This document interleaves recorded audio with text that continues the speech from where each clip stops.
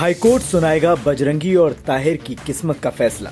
ताहिर बने रहेंगे इसौली के विधायक या फिर बजरंगी के सिर पर सजेगा इसौली विधायक का ताज।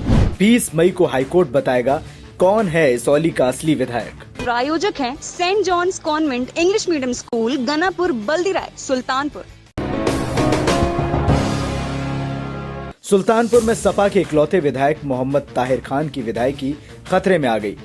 269 मतों से इसौली के विधायक बने ताहिर की जीत को भाजपा प्रत्याशी ओम प्रकाश पांडे बजरंगी ने हाईकोर्ट में चुनौती दी है। बजरंगी की याचिका को हाईकोर्ट ने स्वीकार करते हुए 20 मई को ताहिर और बजरंगी के भविष्य पर फैसला सुनाने का निर्णय लिया है। भाजपा प्रत्याशी बजरंगी के वकील अमरेंद्र नाथ त्रिपाठी ने बताया है कि कोर्ट ने 20 मई को मतगणना से जुड़े अभिलेख मंगाए हैं। अभिलेखों के आधार पर तय होगा कि दोबारा मतगणना होनी चाहिए या नहीं।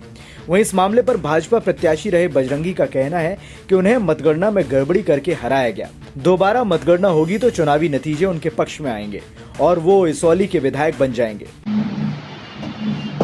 इसौली विधानसभा का चुनाव संपन्न हुआ। चुनाव संपन्न होने के बाद 10 मार्च को काउंटिंग हो गई थी।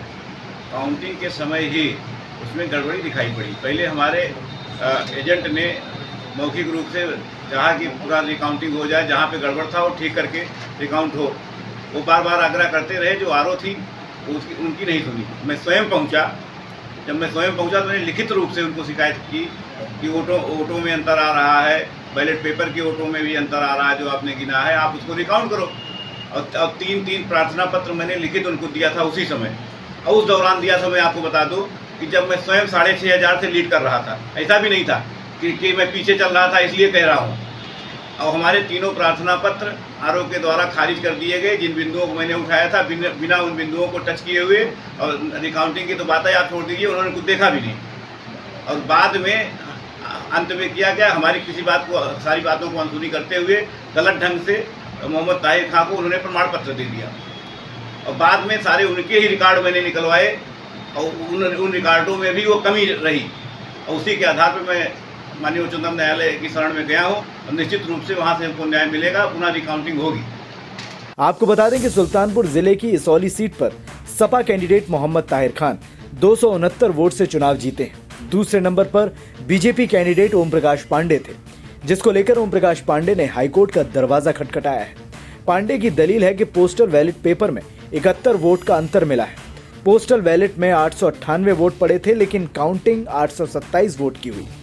इसी तरह 71 मतपत्र कहां गए, इसका कोई जवाब नहीं मिला। इसी तरह 4 ईवीएम मशीनों में जितना वोट पड़ा था उससे अधिक वोट मतगणना में पाए गए। चारों ईवीएम मशीन में 86 वोट अधिक गिने गए। इस तरह प्रशासन के अभिलेखों में 86 और 71 वोट की गड़बड़ी बीजेपी कैंडिडेट ओम प्रकाश पांडे बजरंगी ने पकड़ी है। उनका यह भी कहना है कि उन्होंने रिटर्निंग ऑफिसर से 3 बार रिकाउंटिंग का लिखित अनुरोध किया, लेकिन उनके अनुरोध को हर बार खारिज कर दिया गया।